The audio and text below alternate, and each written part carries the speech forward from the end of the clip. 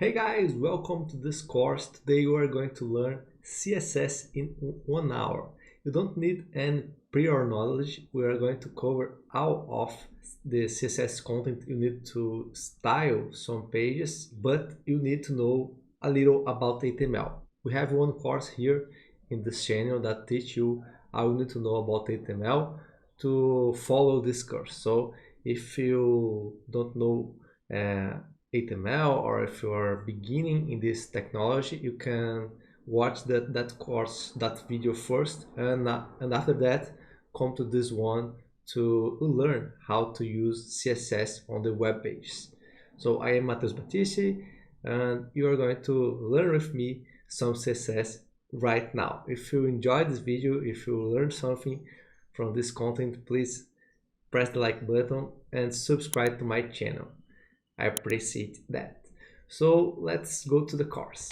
And before we start coding, I made some slides to show you some theory about CSS, okay? So let's go.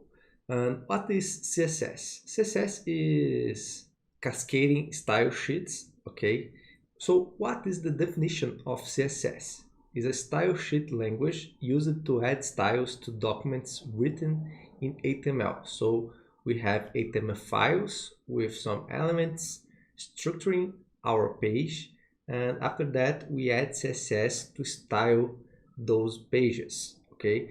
And this is essential for any web page that don't want to look raw. If you just use HTML, you don't have styles and you can't be different of, and with CSS you can be different of other pages, so we need it to apply the styles of our brand.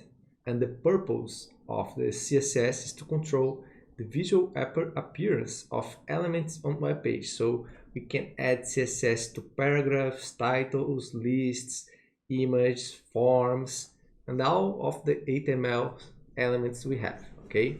The benefits of use CSS, and the benefits of using CSS are separation between content, HTML, and presentation, CSS. So we don't mix these languages. We have just one purpose to the files that we have on our projects. The HTML file will have the elements, the tags, and the CSS file will have the styles of our page. Facilitates maintenance and consistency of design across multiple pages, because we can have just one file of CSS and share this same file to all of our pages. Allows for responsive and adaptable layouts for different devices. So we can have some CSS for mobile phones, for tablets, for TVs. We can achieve this by using a resource called media carrier. So this is how we can have responsive web design, okay? It's just using CSS. And how CSS works with HTML. We need to have an integration of CSS and HTML. So we need to add the CSS file to all our HTML in the head section of our page. CSS applies styles to HTML elements through selectors. So after adding this file to our page, we need to select the elements with CSS and apply the styles. And the selectors can identify which HTML elements will be styled, like tags, classes, and IDs. So we can select by tag name, by class name, and by the ID of the element. Classes and IDs are attributes of the HTML tags, and tags are just the name of the tag. Like we can select by or all the paragraphs of our pages, okay? So these are some ways that we can apply CSS to elements. Application of styles, we need to create some style rules that define how the selected elements will be presented. So we can change the color, the background color, the font size. We have a lot of rules that we are going to see after these slides. that you can apply to all the elements that we have. The browsers combine HTML with CSS to render the page visually. So this is the sum of our work. After we have the complete HTML and the complete CSS, the browser will present the result. Okay, guys? So we have a syntax to work with CSS. Like HTML, we need to create tags. Here in CSS, we need to create selectors. So we have this structure here. We select the elements. So first we need to select with some of those ways that we saw there in the past slide, like with the tag name or class name or ID. We have other selectors, but we will be okay with those three, okay? And after that, we need to create a block, these brackets here, and inside the block we can add one or more rules, and the rule is what we are going to style with the name of the property, like color. So if you need to change the element color, and we need to add a column after the name of the property, and after that we need the value, like color column red. So the text color will be red, and we end the line with a semicolon. This is how we say to CSS that this is the end of that rule. So we can have more rules, so we need to show CSS where the rule ends, okay? And we do that by using the semicolon. Components, so the selector has three components. The selector indicates the elements to be styled, so we can use a tag or a class name with a dot before the name, and if we choose to use the ID, we need to use the hashtag before the name, and we have the property visual spec to be modified, like the color, font size, background color, the margin, the padding, the height, the width. We have a lot of properties, and we need after that configure the value. So we specify the new value for the property, like red if it is the color that we are going to change, or 16 pixels if it is the font size we need to change, okay? So CSS has some measures like pixels and other, but we can achieve the same result using just pixels. That is the most common that we have in web design, okay? And we also can add comments in CSS that we use to explain the code or temporarily disable parts of it. So the syntax of comments in CSS is slash star comment star slash. So between this opening and this closing symbols, we have the comment, and it is not interpreted by the page. So what we write here is ignored by the browser, okay? It's like the comment of all the languages in programming, okay, guys? So we also have some types of CSS. We can have inline CSS, internal CSS, and external CSS.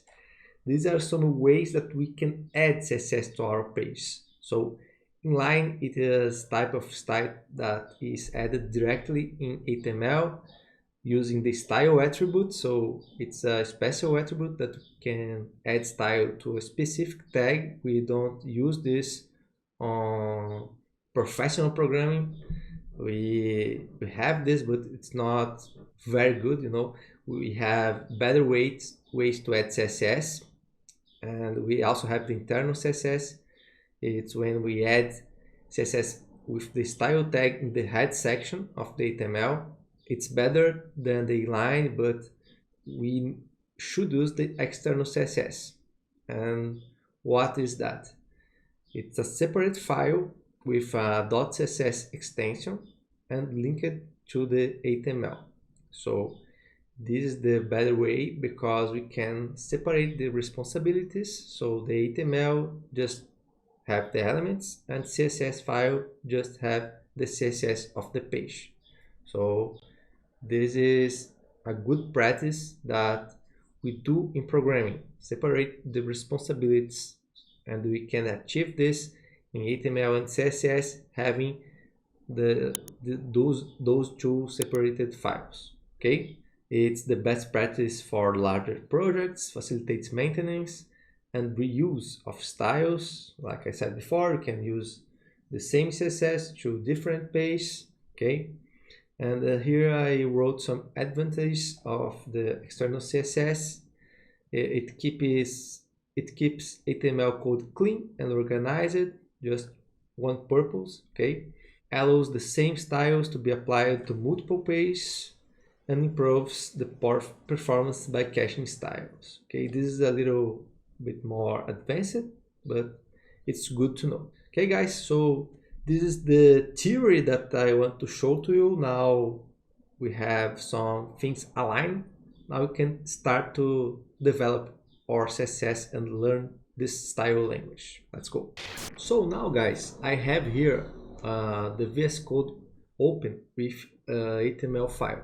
Because this course is about CSS, I will not write any HTML code. Okay, we are going to use this as our base to write CSS on top of it. Okay, so the HTML is done for us. And I put this file on GitHub on a repository.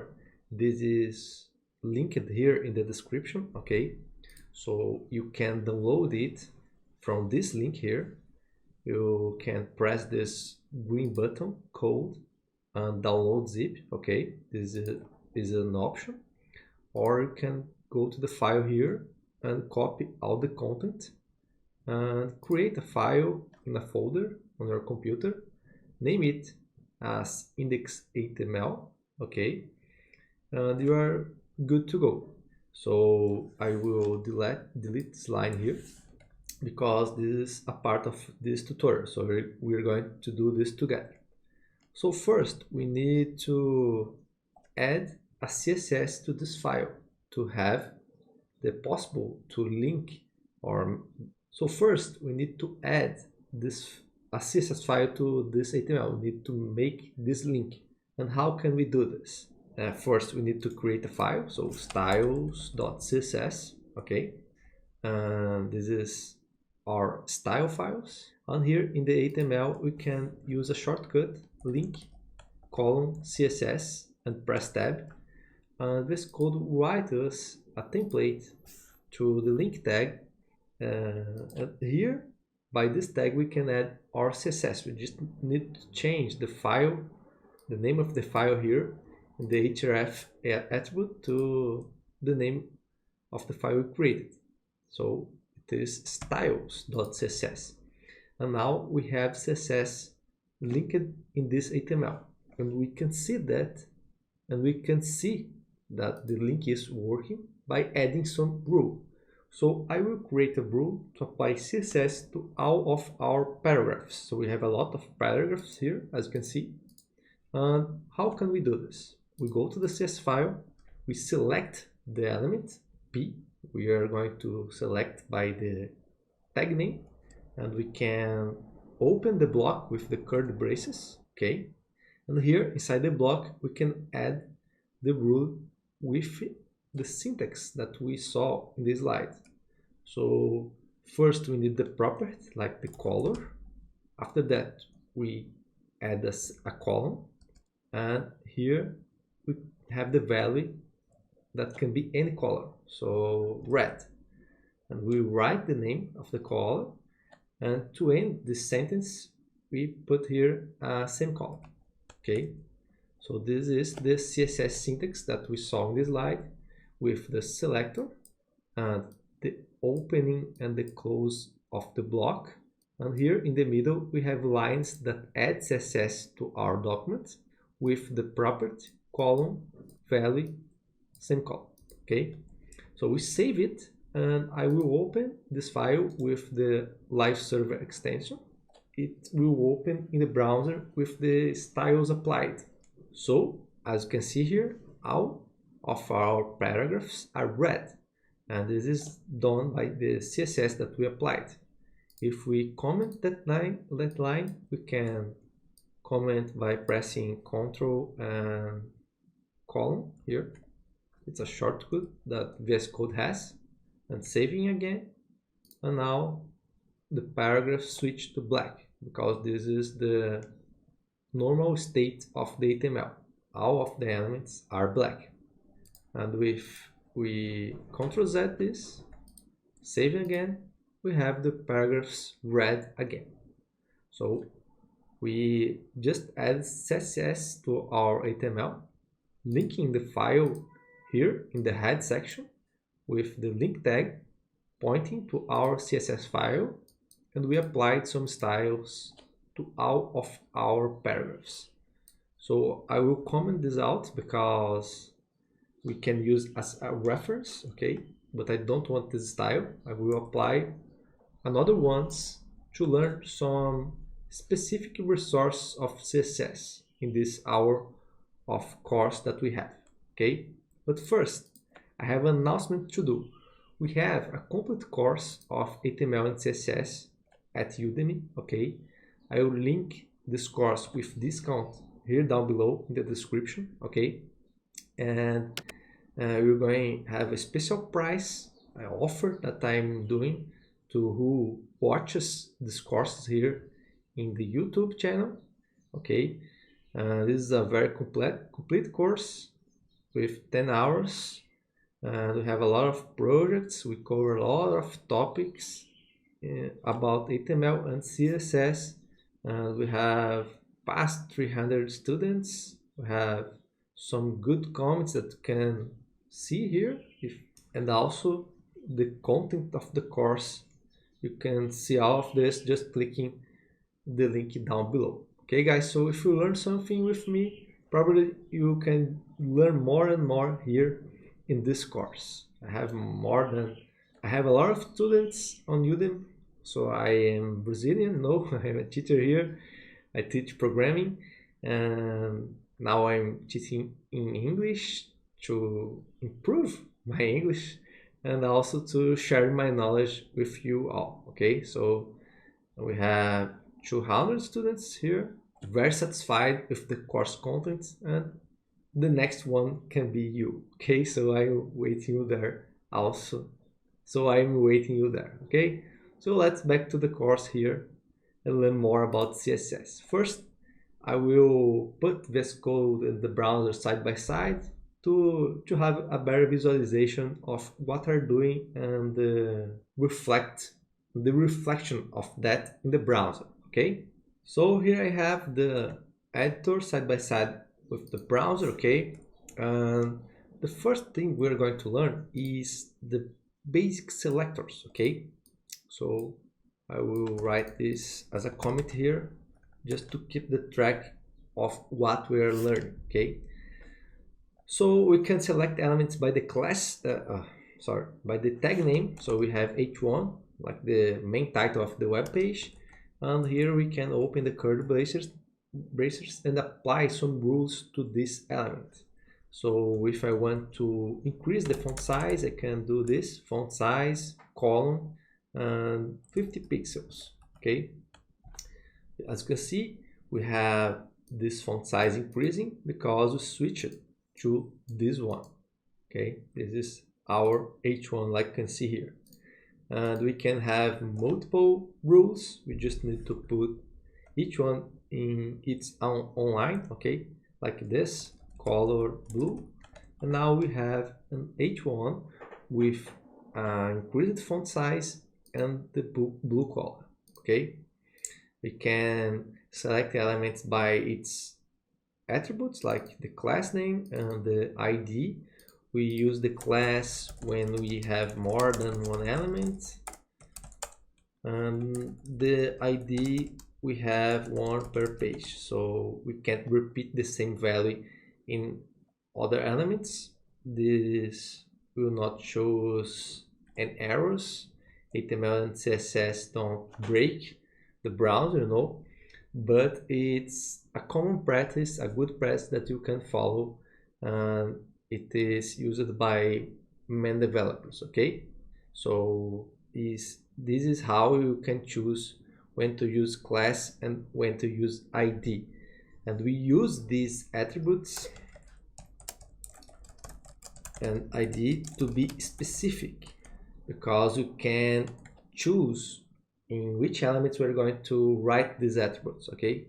In which elements we're going to add these attributes. So you can style just specific elements. When we style by the tag name, we can style a lot of elements that we don't want. So it's not good in some cases. When you're going to adding a lot of styles in the beginning of the project, it's good to style with the tag name, because we need to add styles to a lot of elements. But when we need to be specific, we can go for the classes or the IDs, okay? So here we have a class with the highlight name, okay? And how can we style classes? We need to add a dot, the name of the class, and the rest is we use the same syntax as the tag name. We can open the curly braces, okay? And here we can add like a background color. So let's say green. And now this paragraph that has a class of highlight has the green background color, okay? The same thing with the ID here. We can add it, but using a hashtag instead of a dot, okay? Hashtag, name of the ID, curly braces, rule. So let's say we want to change the style of the text, font style, italic. So now we applied just to these elements this font style, okay? And I'm showing to you a lot of rules we're going to see then by type when we go through this course, okay? So don't be panicky, so don't be overwhelmed by all of these types of styles, okay? We are going to see them in details. And after these basic selectors, we also can combine the selectors. Like as you can see here, we have a parent element with the container class and some paragraphs with the text class.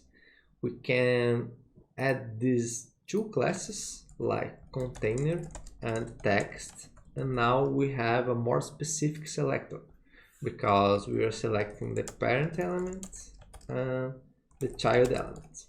So we can do this to be more specific, to achieve just this class text elements inside the container, not the one that is outside like here. So if you apply some styles here, just those two will be red. This one is not red because we don't have a selector to this element. We have just to the elements that have a container class in the parent element and have the text class in the element, okay? So we can combine these selectors to be more specific. Now we go to the text properties and fonts, okay? So these rules are used to change the style of the texts, okay? Like we can change the font family to Arial. So this text so this text now has a different font family than the others, okay? We also can change the text color like we saw before. We just need to use the color property with some value like purple. We can change the alignment, like if we want to align some text to the center of the screen. And for this we have this class here.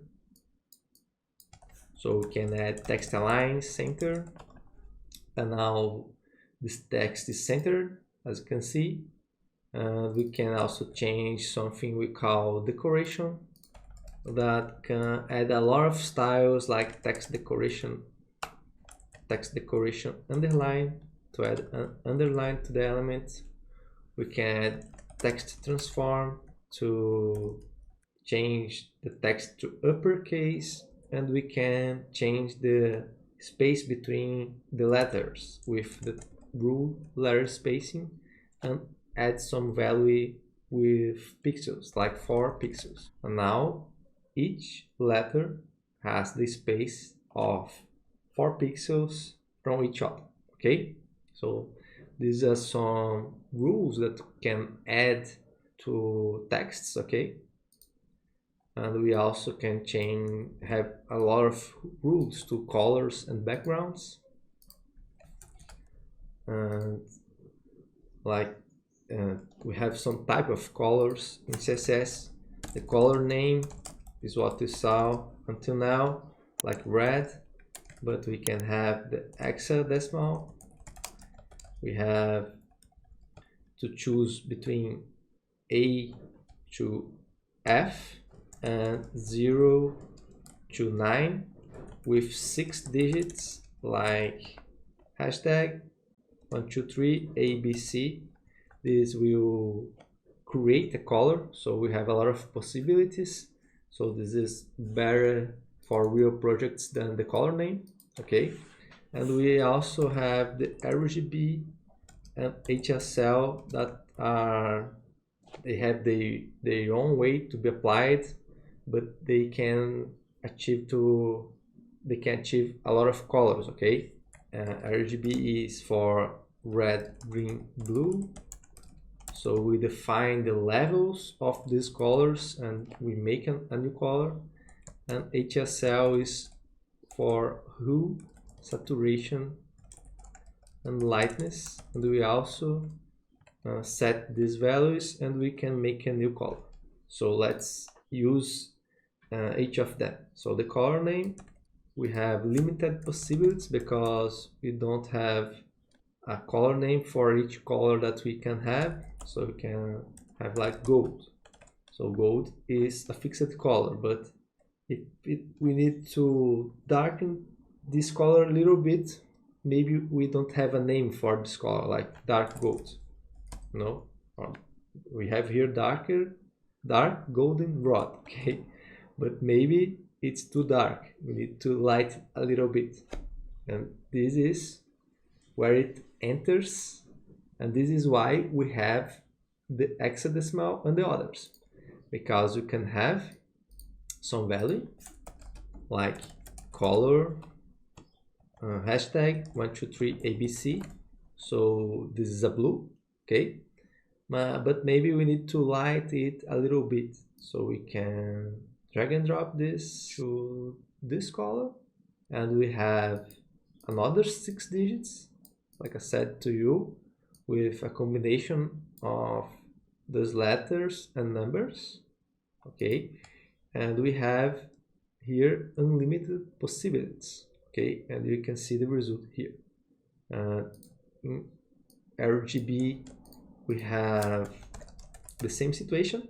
We can write color RGB, and here we need to put the levels of red, green, blue. The minimum level is 0 and the maximum level is 255. Okay, so if I want a green color, I will add 255, 0, 0. So if I want a pure red color, I need to add 255, 0, 0. So it will be red. But if I add some levels of green and some blue, I will have now an orange. Okay, and we can mix these values, and we can mix those values to have unlimited possibilities. In ATSL, we have something like that. We define ATSL, and now we need to define the level of hue, the level of saturation in percent, like 90%, and the level of lightness in percentage, in percent too, like 10%. So here we have a purple. In these 3 ways, we have the color picker that we can change, and the value will be updated by VS Code. Okay, now we have different colors, but in the software industry, we use more the hexadecimal. So if you want to master one of these, master hex, and you will be good. Okay, so now let's continue to the backgrounds.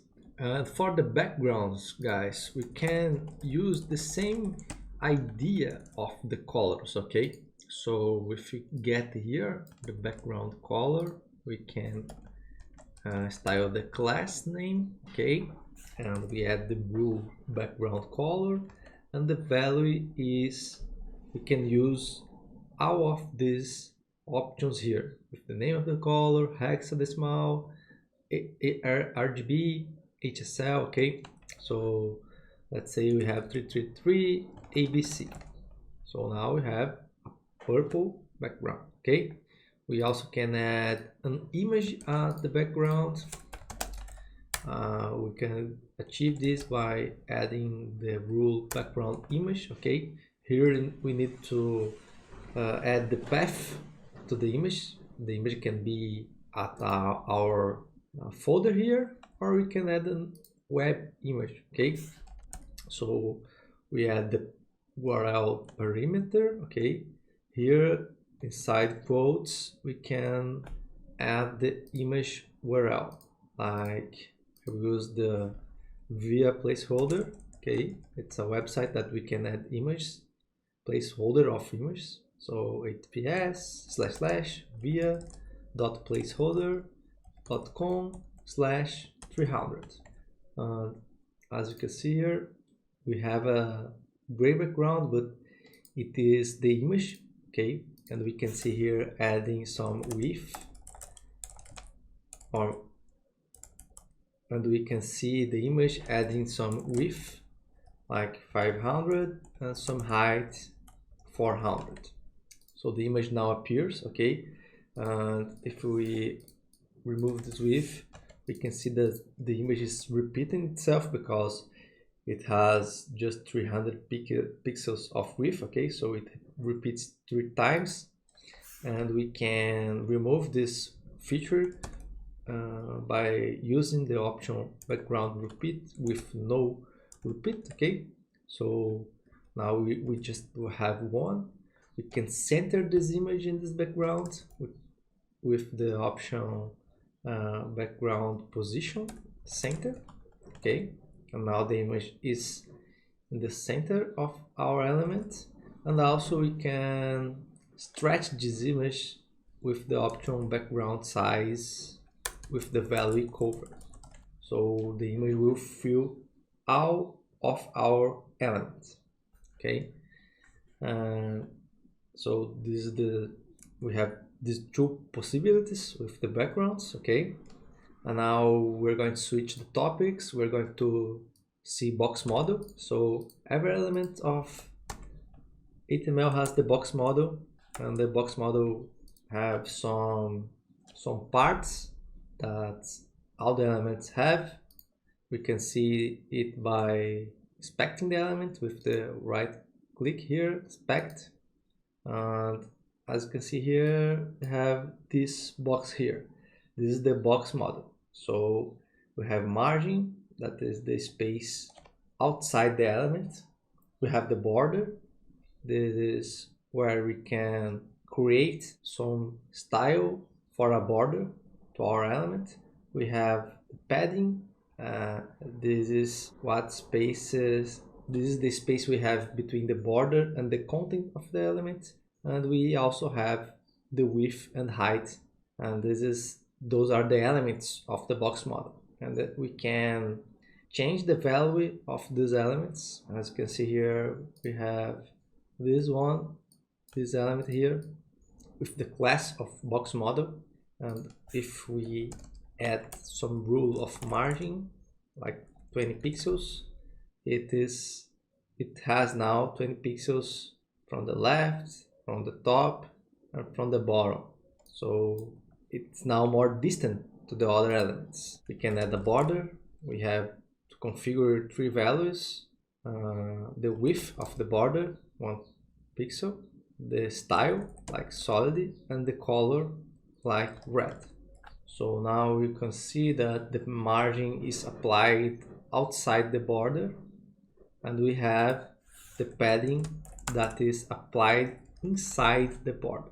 So now we have space from the outside of the element to other elements, and inside here we have space between the content and the border, and this is done. We can achieve this with the padding rule. Okay, if we spec the elements, we can see that the parent element, we can see the values here are changing because we are adding some rules. Okay, and also we can add the width and the height of the element. So now we changed all the elements that make the box model concept in CSS. Okay, and this is used to give spacing between elements, space inside the element, and also change the width and the height. Okay, the size of the element.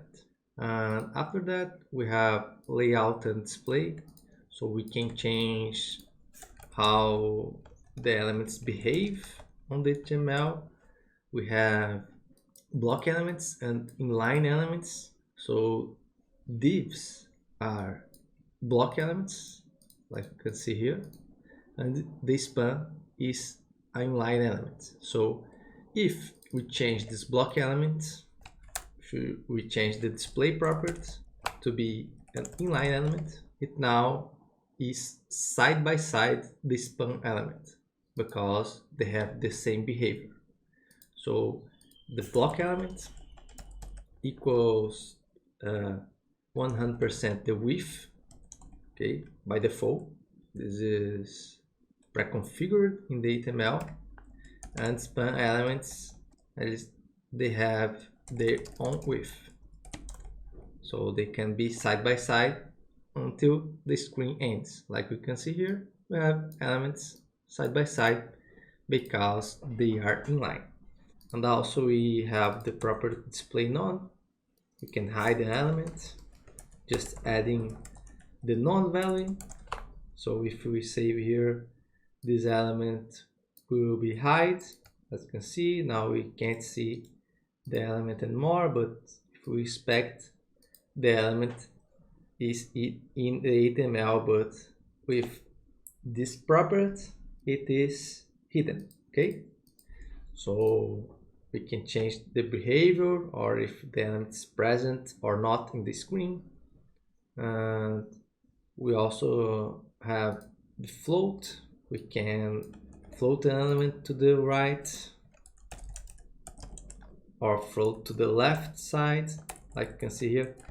Now the element here, the float left, is in the left side of our screen. Okay, but the float right element that doesn't have float rules, okay, is on its side.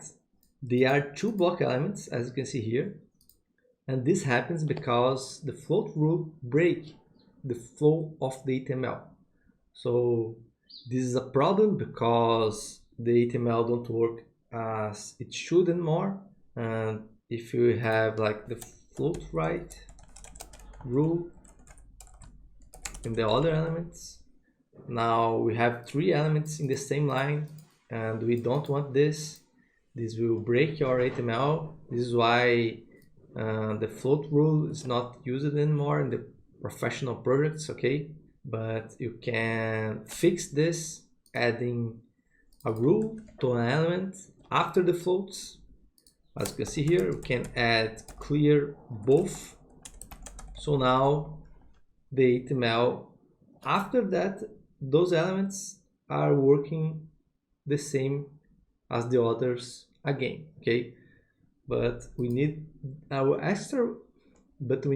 extra rule to this happen. So this is not good for the elements, because we need a lot of style to just achieve something that we can do with other rules that doesn't affect the flow of the HTML. So this is why we don't use the float anymore. Okay, so this is just for you to know, but this is not professionally used anymore. Okay, and we have also the positioning. It is how we can change the position of the elements in the screen. Okay, and here we have the static elements. Position static is the default. Okay, so all the elements are static until we change. So if we have this one relative with position relative, now it feels the same. No, it is in the same position here. I will add a color just to highlight the element. But now with the relative position, we can change the top direction and the right and the left and the bottom direction. So now we can move the element like you are seeing here. But again, we have a flow broken. Okay, so it's not good to use just for this, but this is a thing you can do. And we have the absolute. When we define this position in some element, now we can move the element in all of our screen. If you can see this, the element is here on the top. Okay, again, we broke the flow of the HTML.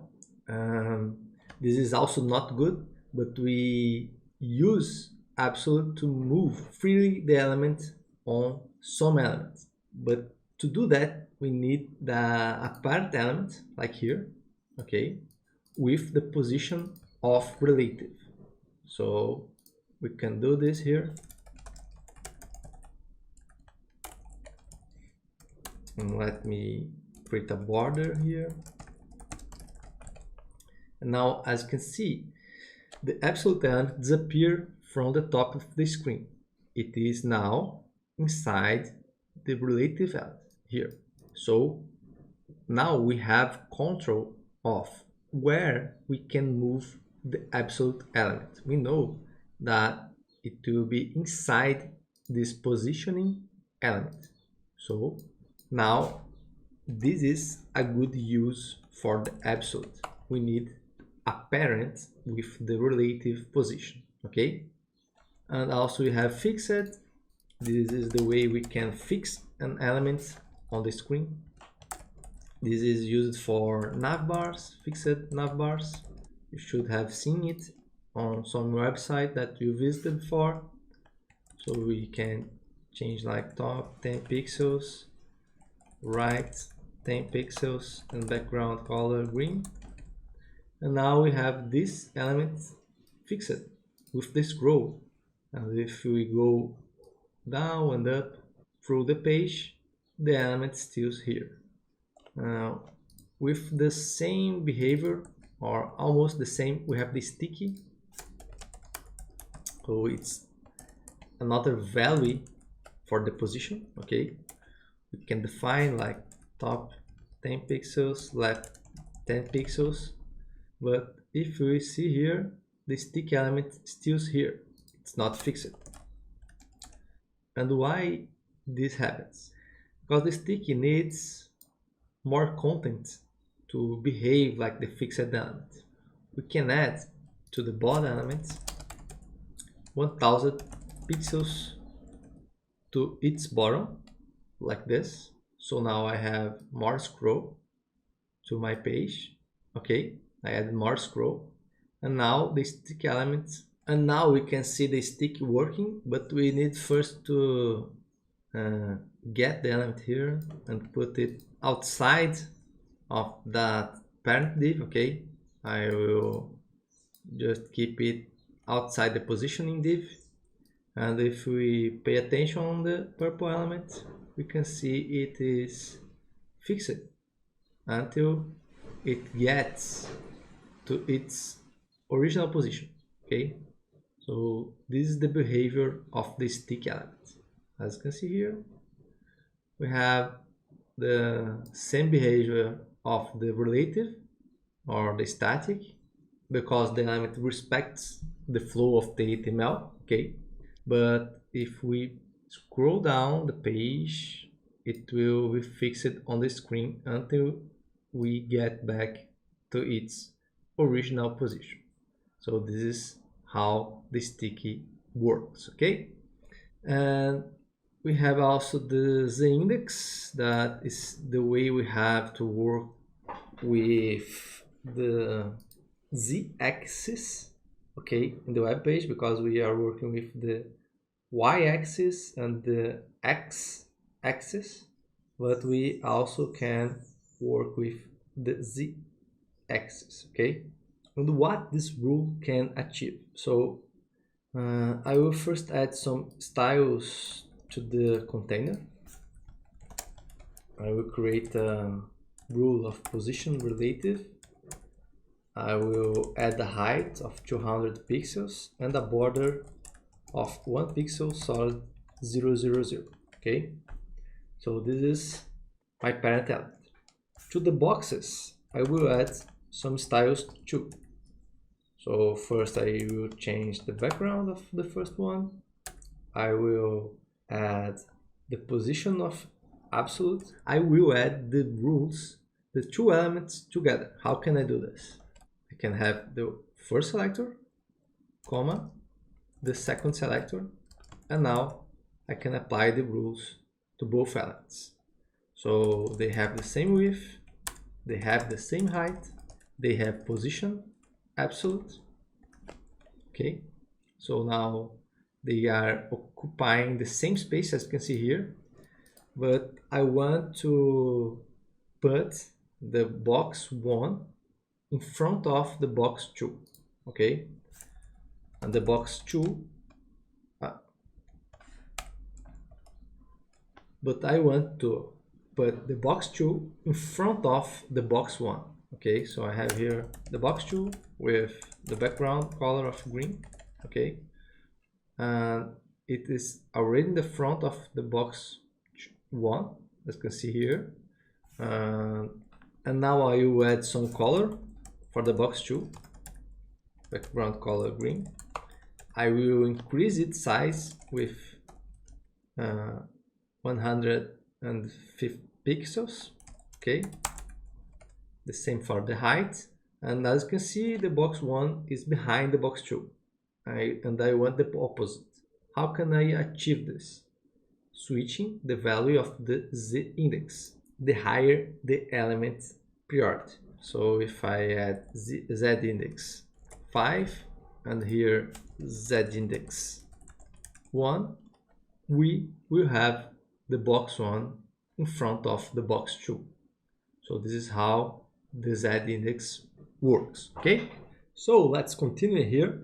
Now the next topic is responsiveness and media carries. So media carry is the resource that we use to achieve responsiveness or to create responsive websites. So we can adapt to mobile phones, tablets, TVs, and other hardware, and every type of screens, okay? So how can I show you the use of media screen, of media carriers? So I will get this element here, okay? And we're going to have some styles in this element, and when the web browser reach some resolution, these styles will change, because we are going to have media carriers that will change, because we are going to have media carriers that will trigger when we reach that resolution, okay? So how do we write this? Let's write here some styles. So I will add some height, some background color, okay? So this is the element that when we resize the window, we are going to change the style.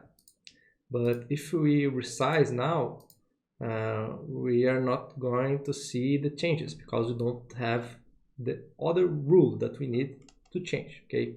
So you can click on this icon here, and now you can change the resolution and see the number of pixels that we have right now. So here we have 700, okay? and I will write a media carry to when we reach below 600 we do something, okay? And for this we need to have another syntax that we start with at media, and we open here this area to set what is the max width that rules inside this block will prevail, okay? So I will add max width 600, okay? So now we need to repeat the element selector, and here we can write another rule like background color blue. So when we have 600 pixels or less, this rectangle here will be blue, and after that or greater than that it will be red, okay? So if I get this bar here, oh, this is not working because we also need a little configuration on our HTML, okay? So let's go here to the head section, and we need to add a configuration that will enable media carriers, okay? This configuration is the meta name viewport. I will paste here, and now you can pause the video and copy this rule here. So this will enable the media carrier, okay? And every site we create, we need to add this tag here, this meta tag.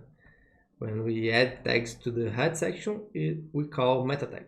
Okay, so with this, if we go back to the browser, now we can see the differences. When I pass the 600, we have red, and when I go below, we have blue. Okay, so this is the principle of responsiveness. In a real situation, we're going to select all the elements that we need to change and write the new rules that need to be active depending on the resolution. Okay, so I can make another video about responsiveness. If you want, you can write down below in the comment section, and if many people want this, I can do this video. Okay, so after that, media carriers, we have, let me see, animations, okay, and transitions. So animations we have two types of animations with user interaction, okay? So if we put the mouse over here over an element, okay, it will be a user interaction, okay? And if the page starts and we have some animation happening, it's the other type, okay? So we have like can call page animation, okay? So we'll create these two types. So let me close this. We don't need that view anymore. And how can we achieve user animation or customer animation? We are going to get this class over here, and we can write some rules to that button, like background color red, or let's change this color. Let's use green here, and the animation can happen in a interval, so we can set the transition time like 0.4 seconds. So in 0.4 seconds the animation will end, okay?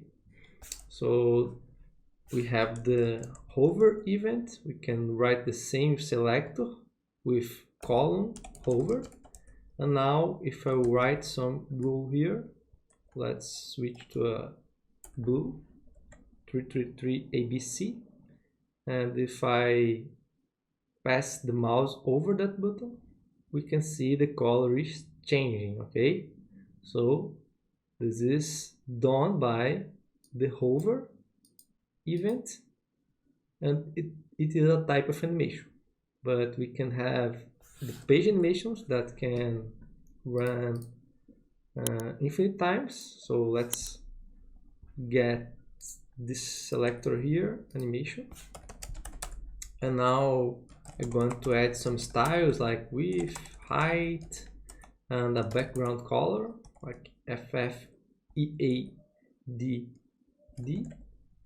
So we have a square with that color, and we need to, I will move this element with animation, so I will add position relative, so I can add rules like left to move the box to the right, okay? And we need to name the animation with the rule animation. So we have the name, I will call it mover, and the duration is 5 seconds, and it will be run infinite times. So we can write infinite. This name can be anything. You can choose the name of the animation, okay?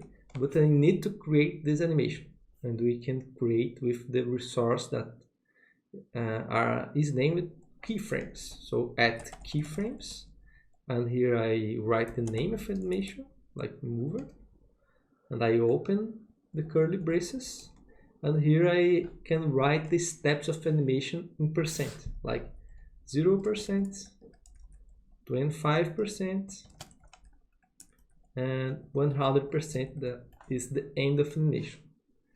Because it is infinite, it will do this many times, a lot of times.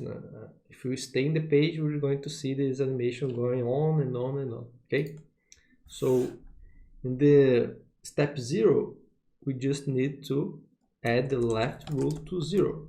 It's the initial state. We can add the same color, like FFEADD. So here we can change the color and change the left direction, like 200 pixels, okay? And here we can also change the color. Let's put this blue here, and when it is done, we can back to the normal state. So it will go left 200 pixels, and it will go back to 0. So if you see here, you can see the box going to the 200 pixels and going back to the original position. So this is another type of animation that we have in CSS. Okay, guys? So this is it. I think we are reaching our time limit, okay? And I want to remember you, if you want to learn more about HTML and CSS, you can get my course. It is with a special price here in the description of this video, okay? Just click here, you're going to this page here at Udemy, and you can purchase the course, okay? I will be happy to have you there and help you go through the course, helping you in any difficulty that you may have, okay? And also, if you like this video, if you learn something, you can subscribe here and also press the like button to help me share this video with other people that want to learn web design, okay? Web development. And if you have some friend that wants to learn CSS or HTML, you can send the link of this video to him, okay? So this is it for today. I hope to see you here again, or if you're new here, you're welcome. Come back anytime you want, okay? And see you. Bye bye.